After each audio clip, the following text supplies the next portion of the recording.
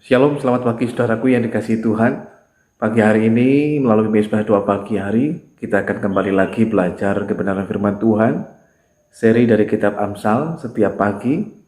Dan sebelum kita lebih jauh lagi melihat kebenaran firman Tuhan, pagi hari ini mari persiapkan hati dan seluruh kehidupan kita untuk datang kepada Tuhan dalam hadirat-Nya, bersyukur kepadanya, tetapi juga memuliakan nama Tuhan.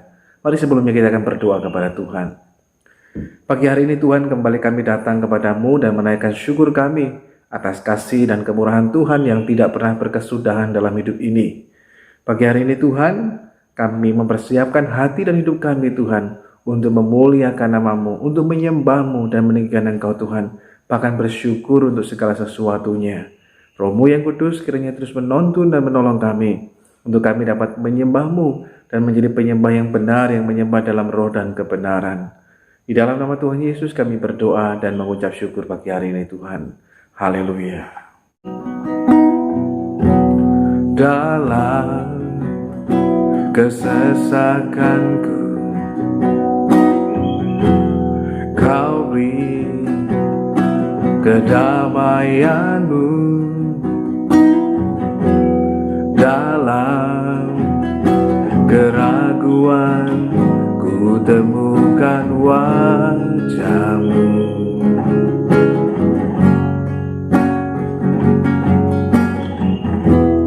Karena pengorbanan-Mu,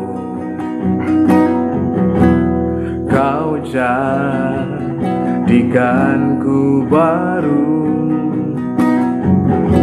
Sungguh ku terkagum, amanku di dalam-Mu, Yesus. Kau membuatku sesuai rencana-Mu. Kau memegang setiap musim hidupku. Ku serahkan semua kekhawatiranku. Ku milik-Mu.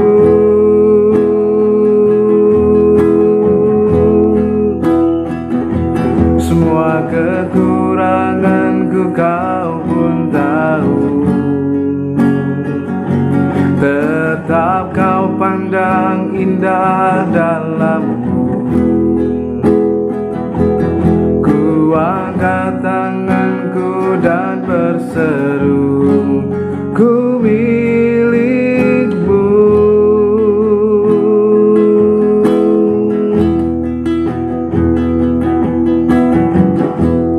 Dalam kesesakanku Kau beri kedamaian-Mu. Dalam keraguan ku temukan wajah-Mu. Karena pengorbanan-Mu, karena pengorbanan-Mu, Kau jadikanku baru. Sungguh ku terkagum, amanku di dalam-Mu, Yesus. Kau membuatku sesuai rencana-Mu. Kau memegang setiap musim hidupku. Ku serahkan semua kekhawatiranku. Ku milik-Mu. Terima kasih Tuhan. Semua kekuranganku Kau pun tahu. Tetap Kau pandang indah dalam-Mu.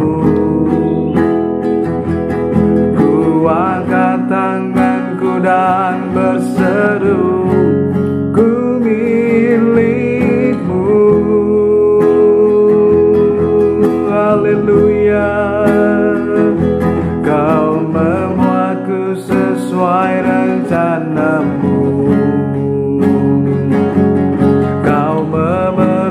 setiap musim hidupku. Ku serahkan semua kekhawatiranku, ku milikmu. Oh, haleluya. Semua kekuranganku kau pun tahu, tetap kau pandang indah dalammu. Ku angkat tanganku dan berseru, ku milikmu. Semua kekuranganku kau pun tahu, semua kekuranganku kau pun tahu, tetap kau pandang indah dalammu. Ku angkat tanganku dan berseru, ku milikmu.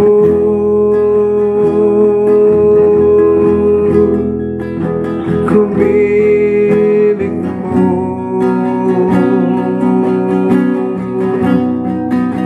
Ku bersyukur kepadamu.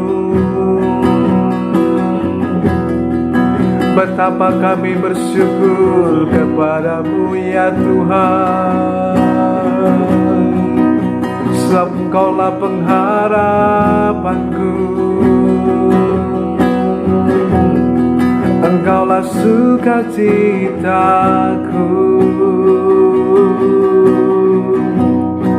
Tiada yang sepertimu Tuhan. Haleluya.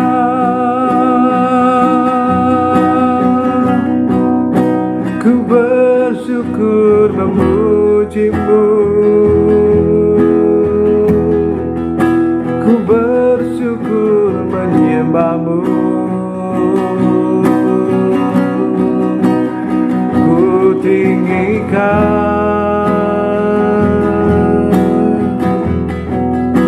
ku agungkan. Terima kasih Tuhan, Kaulah segalanya.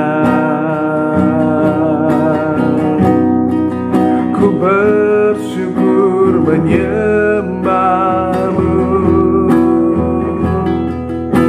memuji namamu. Kami agungkan Engkau Tuhan, kami tinggikan namamu Tuhan. Ku bersyukur kepadamu untuk kasih setiamu. Haleluya.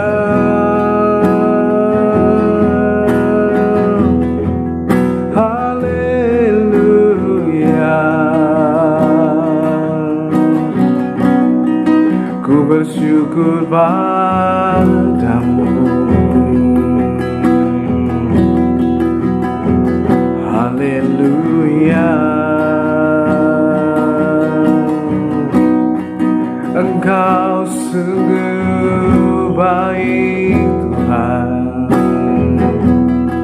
Engkau sangat baik. Betapa pagi hari ini kami bersyukur lagi kepadamu Tuhan, untuk kasih setiamu, untuk kasih sayangmu Tuhan, untuk kemurahanmu Tuhan. Engkau sungguh luar biasa baik Tuhan. Terima kasih Tuhan Yesus. Terima kasih Bapa. Kami bersyukur padamu Tuhan. Haleluya. Terima kasih Tuhan Yesus.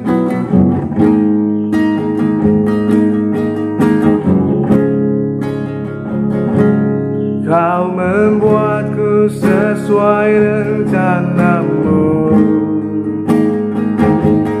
Kau musim hidupku. Ku serahkan semua kekhawatiranku, ku milikmu. Semua kekuranganku kau pun tahu, semua kekuranganku kau pun tahu. Tetap kau pandang indah dalammu. Ku angkat tanganku dan berseru, ku milikmu. Sekali lagi katakan, kau membuatku, kau membuatku sesuai rencanamu. Kau memegang setiap musim hidupku. Ku serahkan semua kekhawatiranku, ku milikmu.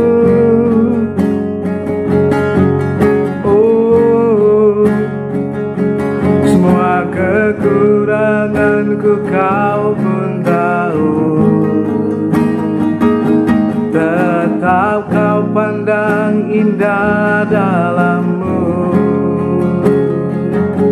Ku angkat tanganku dan berseru, ku milikmu.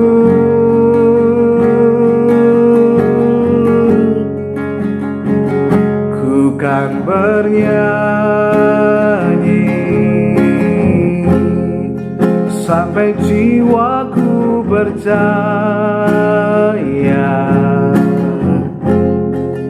sampai hatiku mendengar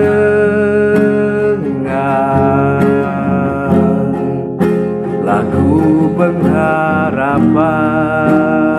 Ku kan berserah, ku kan berserah. Ku tahu aku tak sendiri. Ku yakin kau mengasihiku, bahkan di dalam apiku. Ku kan menyembahmu. Ku kan bernyanyi sampai jiwaku percaya,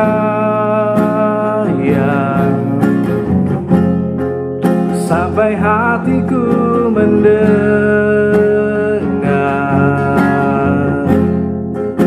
lagu pengharapan. Ku kan berserah, ku kan berserah. Ku tahu aku tak sendiri. Ku yakin kau mengasihiku, bahkan di dalam apiku. Ku kan bernyanyi, ku kan bernyanyi sampai jiwaku percaya,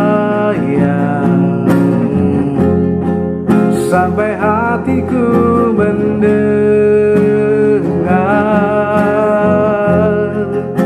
lagu pengharapan. Oh, ku kan berserah. Ku tahu aku tak sendiri. Ku yakin kau mengasihiku,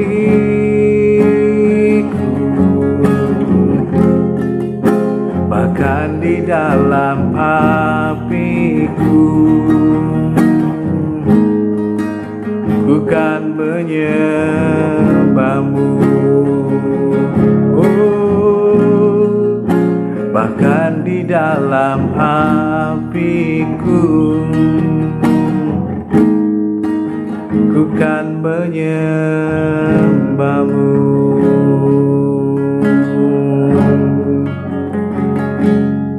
Terima kasih Tuhan. Kami akan terus menyanyi bagimu Tuhan, mengangkat hati dan hidup kami kepadamu Tuhan, sampai jiwa kami terus percaya kepadamu Tuhan. Terima kasih Tuhan Yesus. Pagi hari ini Tuhan, nyatakan kehendak-Mu bagi setiap kami melalui firman Tuhan. Kami baca, kami renungkan, sehingga bukan dengan hikmat manusiawi kami atau hikmat duniawi kami Tuhan, tetapi dengan hikmat surgawi, hikmat ilahi daripada Tuhan, sehingga akan menerangi hidup kami, pikiran kami dibukakan, kami mengerti kehendak-Mu dalam hidup ini, dan kami terus boleh menghidupinya. Dan itulah yang mentransformasi, mengubahkan hidup kami semuanya menjadi semakin serupa dengan Kristus Yesus Tuhan. Terpujilah nama-Mu Tuhan. Terima kasih Roh Kudus, terima kasih Tuhan Yesus. Di dalam nama-Mu Tuhan kami berdoa dan mengucap syukur. Haleluya. Amin. Shalom, selamat pagi saudaraku yang dikasihi dan diberkati Tuhan.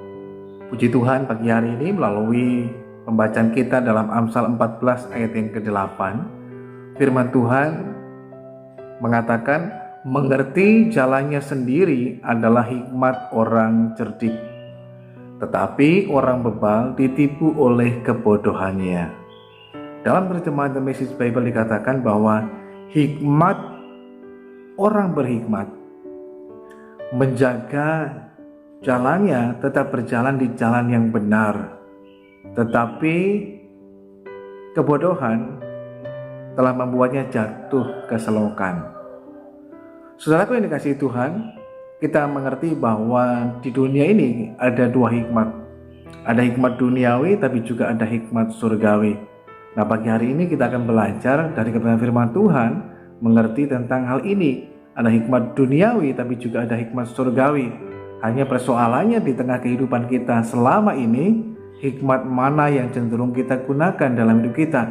Apakah dalam kita membuat keputusan, mengambil sebuah tindakan, bahkan bertutur kata, didasarkan pada hikmat duniawi atau hikmat surgawi? Karena kedua-duanya memberikan pengaruh yang sangat berbeda. Dasarnya berbeda, maka dampak yang dihasilkan pun nantinya akan jauh berbeda. Nah, melalui firman Tuhan ini kita diingatkan lagi, ada beberapa hal yang saya mau sampaikan dan bagikan bagi saudara sekalian lewat seri kitab Amsal dari Amsal 14 ayat yang ke-8 ini. Yang pertama, saudaraku yang dikasihi Tuhan, bahwa orang berhikmat adalah orang yang memiliki hikmat ilahi. Orang berhikmat adalah orang yang memiliki hikmat ilahi, bukan hikmat duniawi. Hikmat duniawi adalah hikmat yang ada di dunia ini, tentu saja cara berpikir seperti dunia dan lain sebagainya. Tetapi firman Tuhan juga memberitahukan kepada setiap kita agar dalam kehidupan kita mengalami pembaharuan akal budi kita, supaya kita tidak turut sama seperti dunia.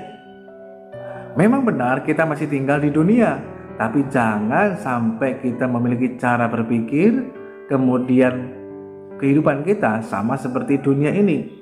Rasul Paulus pun mengingatkan bahwa kepada jemaat yang ada di Roma, janganlah kamu menjadi serupa dengan dunia ini. Lalu bagaimana solusinya? Lewat pembaharuan akal budi. Sehingga cara-cara berpikir seperti dunia ini yang pada umumnya itu kemudian dibaharui lagi dengan cara berpikir surgawi daripada Tuhan. Kalau cara berpikir dunia mungkin dengan adanya membalas, tapi cara berpikir surgawi kita mengampuni dan lain sebagainya. Itu merupakan salah satu contohnya bagaimana cara pembaharuan pikiran terjadi dalam kehidupan kita. Nah, orang berhikmat itu adalah orang yang memiliki hikmat surgawi, hikmat ilahi daripada Tuhan. Salomo adalah orang yang berhikmat, sebab dia adalah orang yang mendapatkan hikmat ilahi daripada Tuhan. Ketika dia dipanggil kemudian menjadi seorang raja, menggantikan Daud ayahnya, maka pada waktu itu ketika Tuhan menawarkan berbagai macam hal yang pada umumnya disukai dan diminati oleh banyak orang, terutama raja-raja dan orang-orang pada umumnya. kemenangan, kemuliaan dunia, dan lain sebagainya.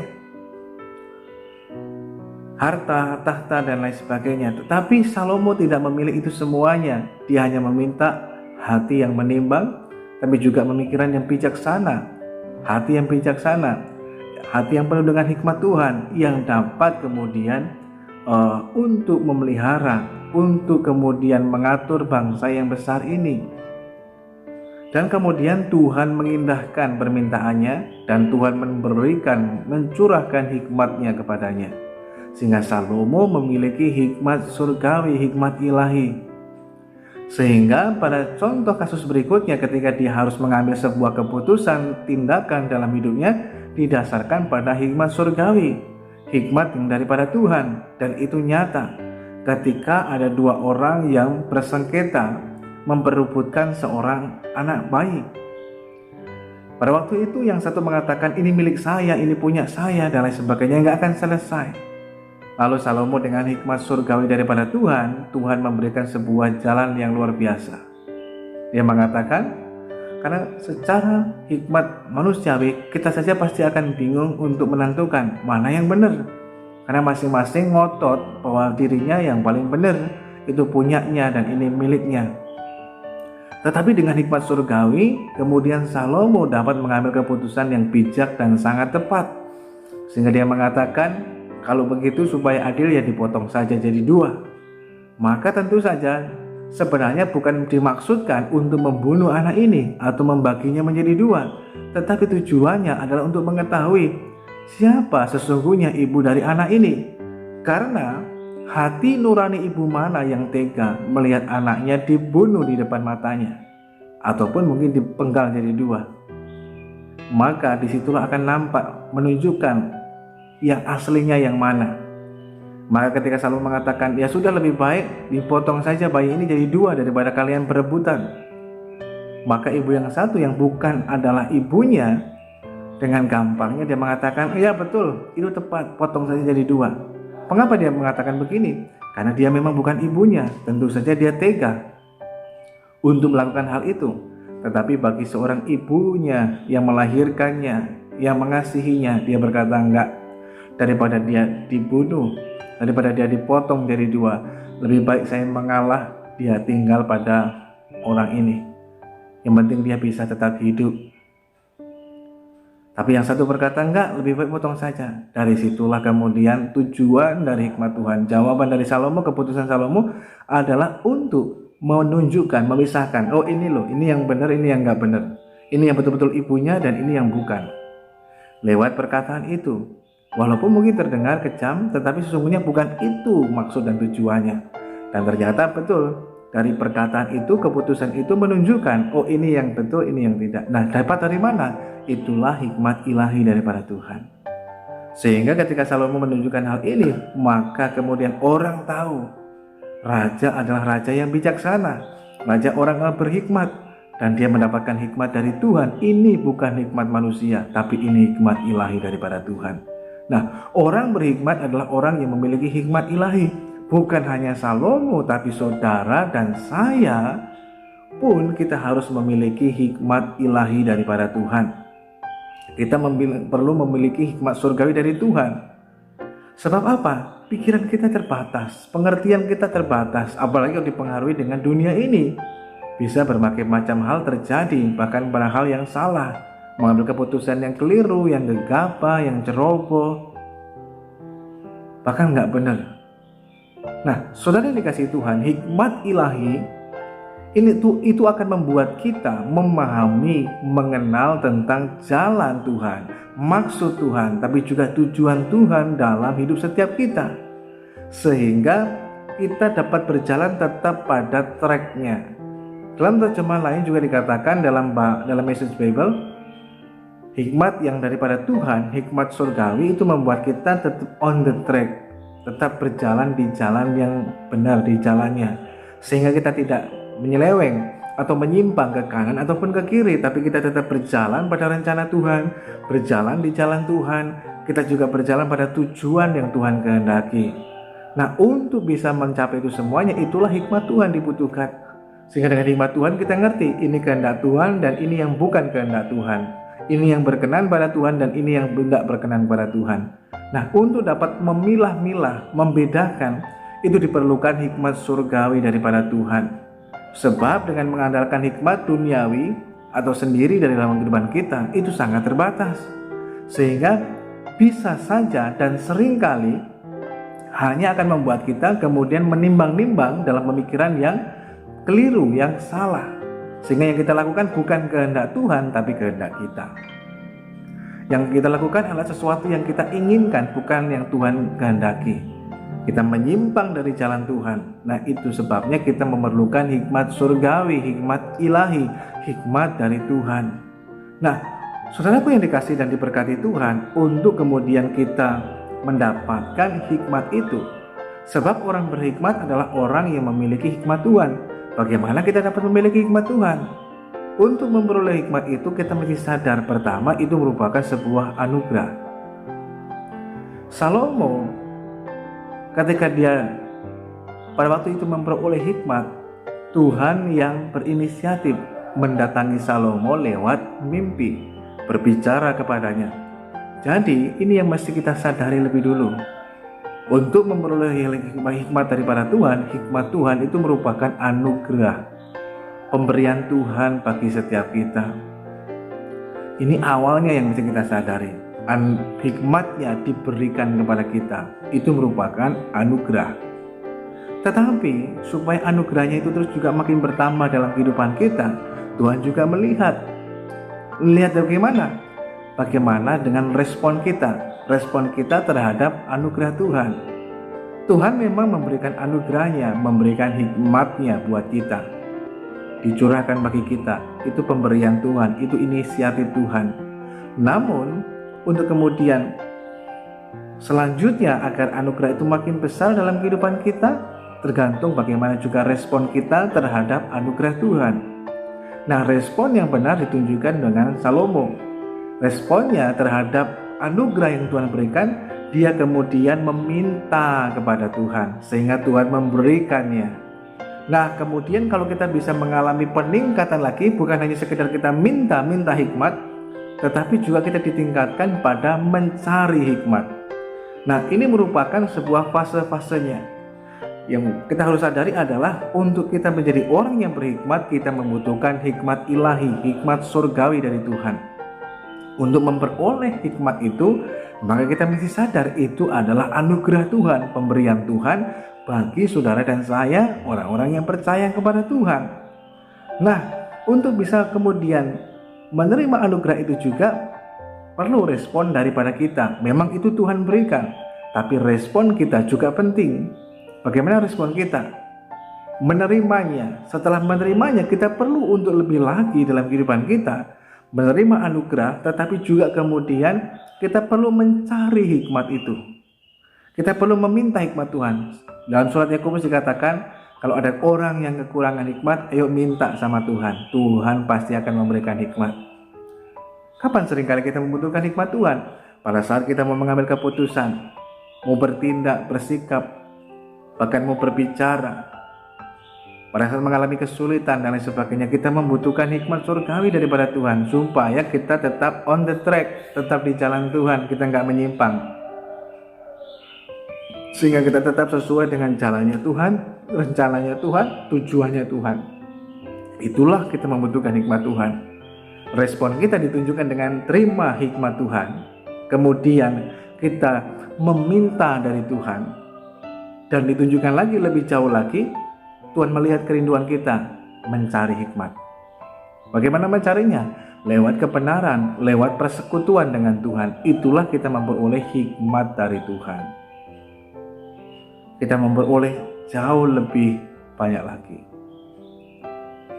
Itu bagian yang pertama. Yang kedua, saudara yang dikasihi Tuhan, hikmat Tuhan itu akan membuat kita kemudian dapat bertindak dengan tepat. Dengan memiliki hikmat Tuhan akan membuat kita dapat bertindak, bersikap, bertutur kata, mengambil keputusan dengan benar, tepat, akurat, sesuai dengan kehendak Tuhan. Karena dengan hikmat Tuhan pula lah sehingga akan menjaga kita tetap di jalan yang benar. Kita nggak salah langkah, kita nggak salah jalan. Namun saudaraku yang dikasihi Tuhan, kita perlu juga belajar dari Daud. Setiap keputusan apapun yang diambil, pada waktu dia mau berperang, dia mau bertindak, Alkitab mengatakan berkali-kali, bertanyalah Daud kepada Tuhan. Daud adalah orang yang memiliki segudang pengalaman yang sangat banyak. Orang yang memiliki pengalaman yang banyak tentang peperangan, orang yang memiliki pengetahuan juga tentang hal itu dan lain sebagainya. Namun lagi dan lagi setiap kali dihadapkan dengan peperangan, firman Tuhan mengatakan bertanyalah Daud kepada Tuhan. Mengapa hal ini? Daud tidak mau bersandar pada pengertiannya sendiri, pada pengalamannya sendiri, tapi dia mau bersandar penuh pada Tuhan. Bukan pada hikmatnya sendiri, sehingga dia bisa berkata, oh bisa kita memenangkan ini. Kenapa? Belajar dari pengalaman begini-begini dan sebagainya. Bukan berarti kita nggak boleh belajar dari pengalaman. Harus belajar dari pengalaman, tapi jangan mengandalkan pengalaman. Persoalan dengan kita adalah kita seringkali tidak belajar dari pengalaman, hanya justru kita mengandalkan pengalaman, dan ini merupakan hal yang keliru. Saya tidak mengatakan kita nggak boleh belajar dari pengalaman, kita harus belajar dari pengalaman. Dengan belajar dari pengalaman itu juga mendatangkan kebijaksanaan, hikmat dalam hidup kita. Tetapi jangan mengandalkan pengalaman, tetap andalkan Tuhan. Sebab itu Daud juga melakukan ini dalam hidupnya. Apapun keputusan yang diambil, tindakan apapun yang akan dikerjakan, dia selalu meminta dulu kepada Tuhan. Dia bertanya kepada Tuhan. Tujuannya apa? Supaya dia nggak salah langkah. Supaya dia tetap on the track, berjalan di jalan yang benar. Pernah dia bertindak tanpa bertanya pada Tuhan? Salah. Dia keliru, jatuh dalam dosa. Bahkan membuat jalan yang semakin salah lagi, semakin tersesat. Dengan pembunuhan berencana dan lain sebagainya. Tapi toh Tuhan sayang kepadanya, sehingga dia ditegur, diingatkan, dia bertobat dan dia berbalik lagi tetap di jalan tracknya Tuhan. Sehingga apapun yang dia mau kerjakan, keputusan apa yang diambil, bahkan ketika juga dia jadi orang raja, hal ini tetap dikerjakannya, bertanya pada Tuhan. Nah, kenapa hal ini penting buat kita? Dengan kita bertanya kepada Tuhan, meminta hikmat daripada Tuhan, mencari hikmat dari Tuhan, itu artinya kita bersandar bukan pada pengertian kita sendiri, tetapi pada hikmat surgawi. Sebab hikmat daripada Tuhan itu akan sangat menolong dalam kehidupan kita, membuat kita dapat bertindak, bersikap, mengambil keputusan dengan tetap, dengan benar, sehingga hidup kita akan berkenan kepadanya. Yang ketiga, yang terakhir, setelah dikasih Tuhan, maka kita perlu belajar jangan bersandar pada pengertian sendiri, seperti yang saya katakan sebelumnya. Boleh kita belajar dari pengalaman, bahkan harus belajar dari pengalaman, baik pengalaman kita sendiri ataupun mungkin pengalaman orang lain. Tetapi kita jangan mengandalkan pengalaman, sekalipun pengalaman kita banyak, tetap andalkan Tuhan. Mengapa? Sebab dengan bersandar pada pengertian kita sendiri hanya akan membuat kita justru tersesat, hanya akan membuat kita makin membuat kehidupan yang keliru, salah langkah, sehingga kita mengalami kesulitan, masalah yang sebenarnya nggak perlu untuk kita alami. Nah, dalam kehidupan kita jangan kita bersandar pada pengertian sendiri-sendiri. Dengan kata lain, kalau orang bersandar pada pengertiannya sendiri, itu artinya orang itu sok tahu. Tetapi dengan kita bersandar pada Tuhan, itu menunjukkan bagaimana kita berserah penuh kepada Tuhan. Kita tidak mengandalkan kemampuan kita, tapi mengandalkan Tuhan. Kita tidak menjadi orang yang sok tahu, tapi kita menjadi orang yang rendah hati, yang terus mau belajar untuk kemudian mengikuti kehendak Tuhan dalam hidup ini. Oleh karenanya, jangan bersandar pada pengertian kita sendiri. Tetap bersandar pada Tuhan, sehingga kita mengandalkan hikmat ilahi, bukan hikmat duniawi dalam hidup ini. Karena nanti ujungnya akan terlihat hasilnya seperti apa, jelas jauh berbeda. Hikmat ilahi akan menuntun kita nggak akan tersesat, tapi sampai pada tujuan yang Tuhan kehendaki. Hikmat ilahi akan membuat kita tetap hidup dalam rencana dan maksud Tuhan dalam hidup ini. Hikmat ilahi daripada Tuhan juga yang akan kemudian menuntun kita, sehingga kita terhindar dari sesuatu yang gak perlu untuk kita alami dalam hidup kita bila kita bersandar pada hikmat surgawi, hikmat ilahi daripada Tuhan di tengah kehidupan kita. Tuhan memberkati kita semuanya. Mari kita berdoa. Tuhan, kami mengucap syukur lagi kepadamu Tuhan pagi hari ini. Firman-Mu sungguh luar biasa memberkati kami, mengingatkan lagi buat setiap kami akan dalam hidup ini kami menjadi orang yang berhikmat, yaitu dengan memiliki hikmat surgawi, hikmat ilahi daripada Tuhan. Oleh karenanya Tuhan, kami tidak mau bersandar pada pengertian kami sendiri, tetapi kami mau bersandar kepada Tuhan. Kami mau menerima hikmat daripada-Mu Tuhan dengan iman, tetapi kami juga mau meminta hikmat daripada Tuhan. Tambahkan hikmat-Mu atas kami semuanya. Namun juga Tuhan, dengan tekun kami mencari hikmat Tuhan lewat kebenaran firman-Mu, tetapi juga lewat persekutuan kami dengan Tuhan. Dengan cara demikian pun kami akan terus hidup dalam hikmat surgawi, sehingga ketika kami mengambil keputusan, bertindak, bersikap, kami mendasarkannya pada hikmat surgawi, kebenaran-Mu, sehingga kami tetap berjalan pada jalan-Mu Tuhan. Kami gak tersesat, kami sampai pada tujuan yang Tuhan kehendaki. Pagi hari ini berdoa memberkati setiap kami semuanya yang mengikuti doa pagi ini, dimanapun kami berada. Kiranya saudara semua mengalami berkat anugerah Tuhan yang memberkati dalam kehidupan saudara, memberkati dalam kesehatan, memberkati dalam rumah tangga, memberkati dalam keluarga, memberkati dalam usaha pekerjaan, dalam studi pendidikan masa depan anak-anak kita. Berkat anugerah Tuhan terus memberkati kita semuanya. Dan pagi hari ini Tuhan, kalau selesai doa pagi ini kami akan kembali melanjutkan aktivitas kehidupan kami. Sertai kami Tuhan. Kiranya pemeliharaan Tuhan yang sempurna ada atas setiap kami. Kiranya Tuhan limpahkan juga hikmat-Mu bagi kami semuanya, sehingga ketika kami menjalani hari-hari kami Tuhan, didasarkan pada hikmat ilahi daripada Tuhan. Terima kasih Tuhan yang baik. Saudaraku yang dikasihi Tuhan, pagi hari ini arahkan hidup kita pada Tuhan dan terimalah berkat Tuhan.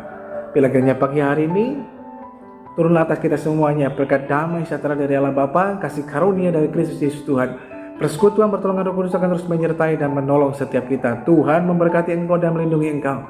Tuhan menyinari engkau dengan wajah-Nya dan memberikan engkau kasih karunia. Tuhan menghadapkan wajah-Nya kepadamu dan memberikan engkau damai sejahtera. Terimalah berkat Tuhan pagi hari ini hanya dalam nama Tuhan Yesus Kristus, Tuhan dan Juru Selamat kita yang hidup. Haleluya. Amin. Selamat pagi, selamat beraktivitas. Tuhan Yesus memberkati kita semuanya.